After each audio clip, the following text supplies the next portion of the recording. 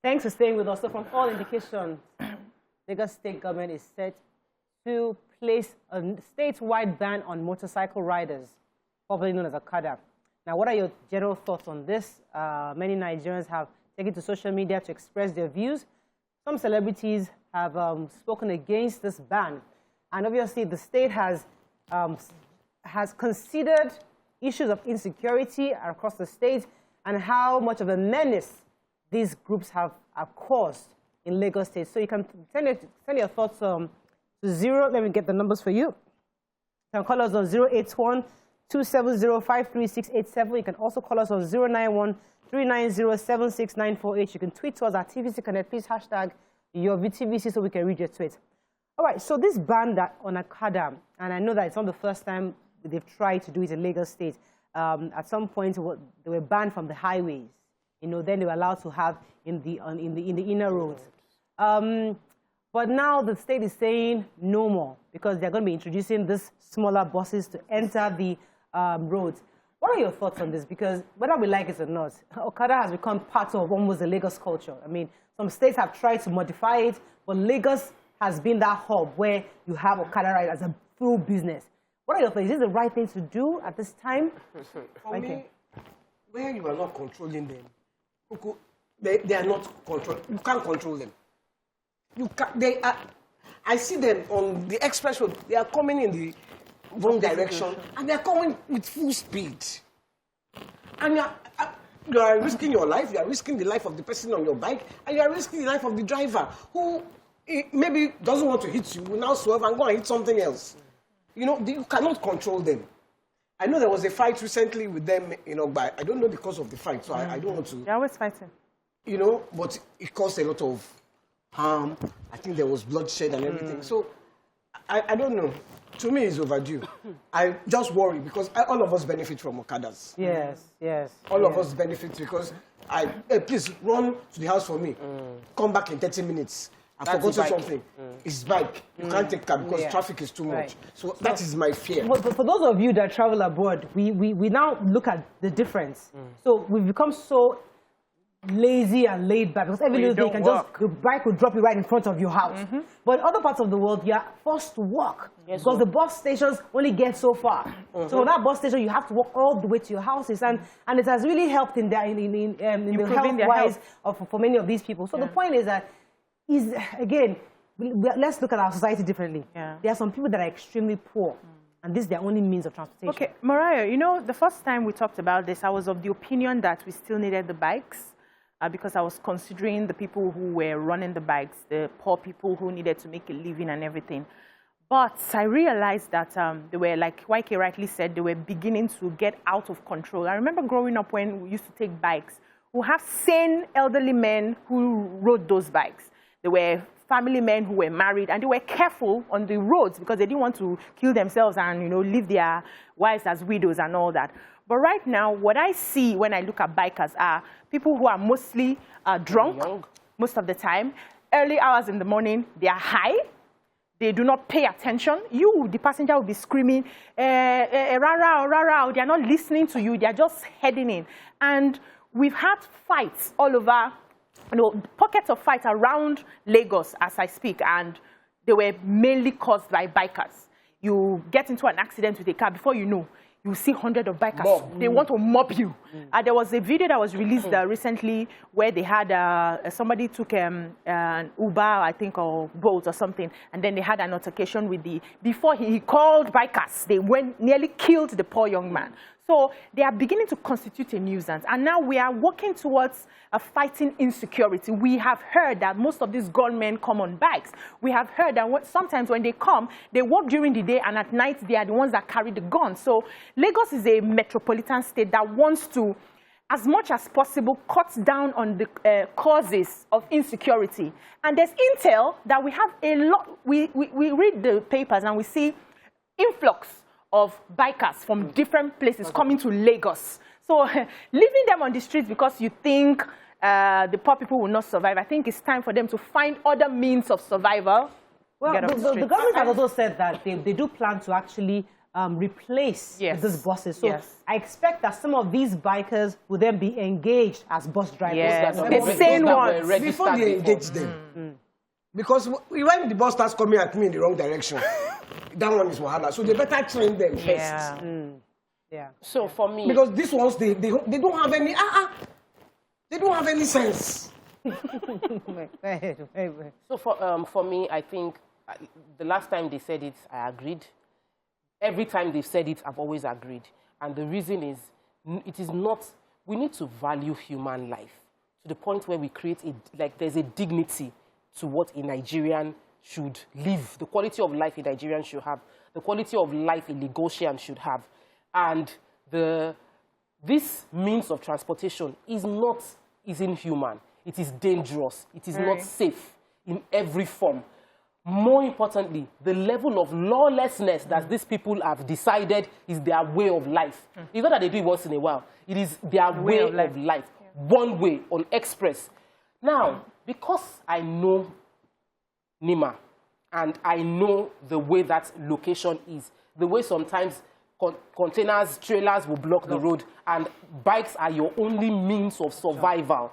I feel that we must be more technical in how we deal with these things. There are places, especially in Apapa area, that when trailer locks you up in your house, you can die. So that only bikes are the only things that can take you out. So we must be holistic in how we say we want to improve the lives of people. But I realize that Lagos State's reason for this is more of security as well. So if in terms of security, I agree 100%. In terms of quality of life, 100%. Let's come to this issue, because what we are accusing the governor of Kaduna State is that draconian approach. Because if you just say we are banning, the Gaussians would definitely revolt on that. Why is the government trying, where they're talking to the various organizations of these Okada riders, are they registering the ones who are legitimately working?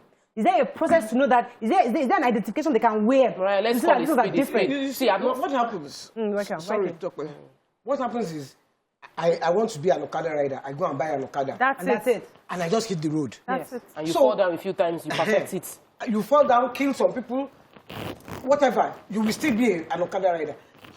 If you said the government should do that by registering them, my keyword, training them, because they have no training. Yes, absolutely. Training them. Training is key. So is that when you talk about draconian, see, and this thing is very, very, it hurts because we have such flip-flop inconsistency of policies in all strata of our government. This is the same government, in this same Lagos, not the same government, but under the same party, that there was something called hailing bikes, that businesses brought in funds, trained their staff, created a more reasonable system of transportation using this same bike. And then one governor came up and banned everything, destroyed their business. They had to start scrambling for how to go back. A lot of people now resorted to other means of transportation. The same bikes were back on the road. Like, what was the means? Why did you make that law and other businesses failed? And then the bikes came back and they are still running on express everywhere. So for me, it sounds right, but can we have consistency in our policy, well thought through? Like, you think everything and you have decided that I am going to do this, and this is the result. And this is, one of our producers, Bolaji, was saying that, yesterday, if you know what happened, Mowe Expressway, if not for bikes, if you know many people have died, that if not for bikes, that took them out of their houses because they were blocked. So there are times when this thing is like the demon you don't like it, but it's saving lives occasionally. All right, let's go on a quick break. When we come back, we'll bring in our guests to shed more light on this. Stay with us, we'll be right back.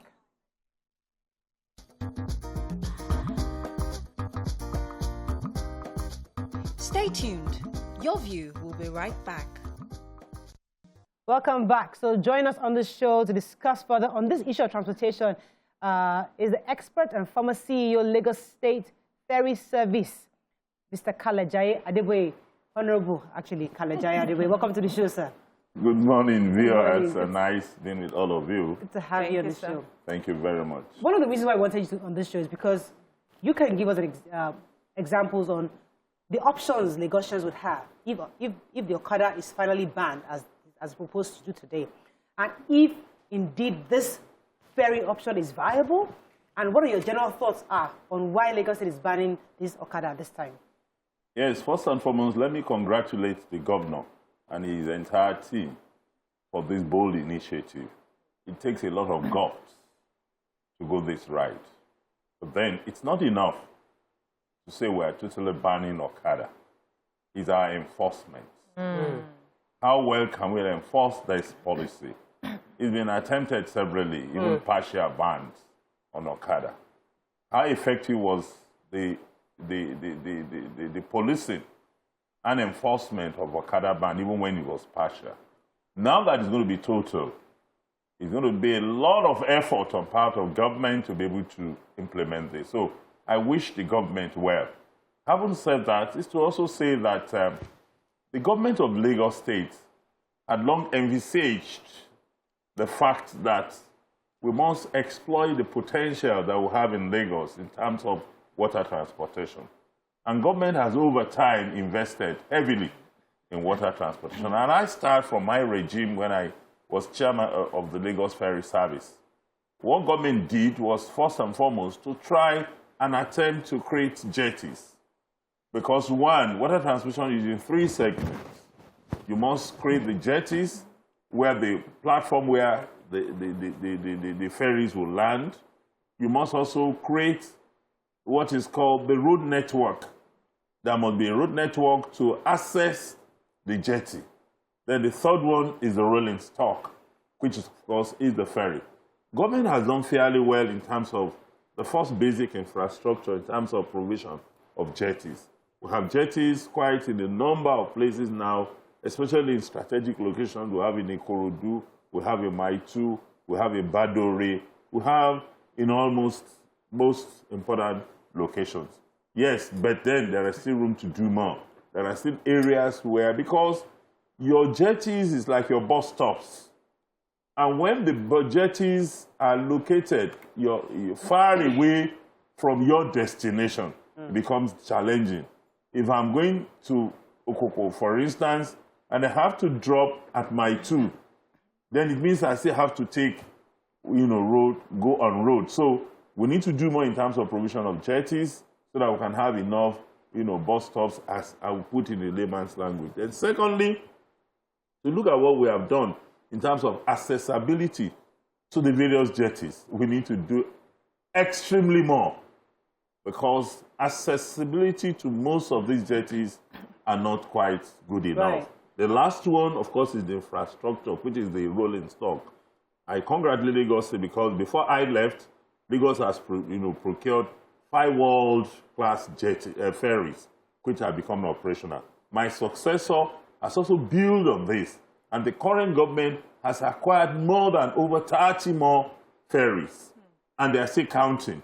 So it means that government had envisaged that we will need to resort back to water transportation. So now I'm saying that government seems to be quite getting prepared. Okay. We can do more. All right, Honorable. So, we've had issues, especially in the papers sometimes, where we see accidents that happen on the waterways.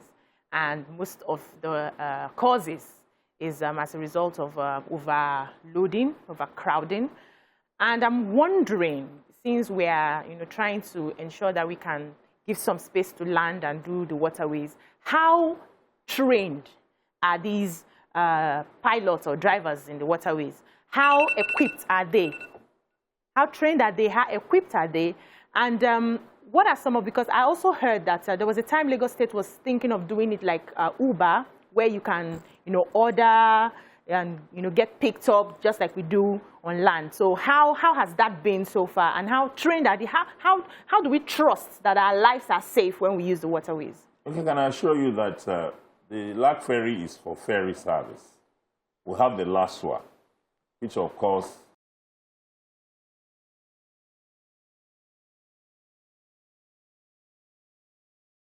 on the water. And I tell you that LASWA is also doing well. They also patrol our waterways regularly. But I must tell you, mishap on water is not peculiar to our locations. We can always just improve. Accident will happen. On air, we have it. Nobody prays. On road, it happens. On water, occasionally it will happen. But I will tell you, the major challenge about water transportation is about the dredging of the waters. Dredging water is quite expensive.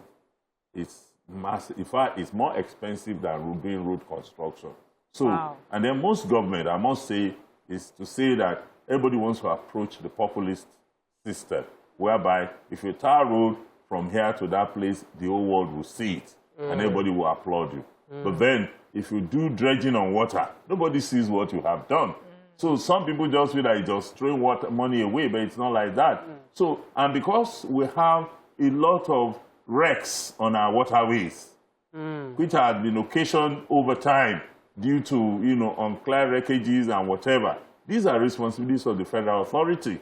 But then the federal authority has not done much in terms of clearing the wreckages that have been on waters over time. So these, of course, are part of what we have that causes accident or what we call water mishap.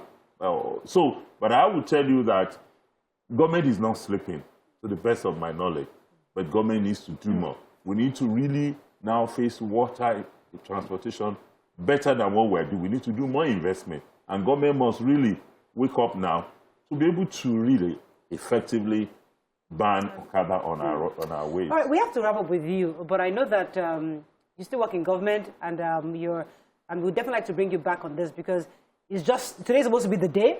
We know Nigerians are still going to react. There's going to be lots of, this matter is still going to brew for a few days, and we'll wait for that to happen. But I know you're working on something, and I'd like you to tell us before we run off, so that we don't, you have a book, I think? You're going to launch a book, I'm told. Yes. What I've done is that I've published a book. It's my autobiography. It's to be launched congratulations. this Thursday, 20th of May at Lagos Country Club. Wow. The governor of the state is expected as a special guest of honor. The former governor of Lagos and Minister for Works and Housing, Babatunde Raji Fashola, is expected to deliver the keynote address, and he's going to be looking at our upbringing as a cacophony to the challenge of nation building. So I'm using my birthday to also generate national discourse about our problems. What are your attitudes? What are my attitudes?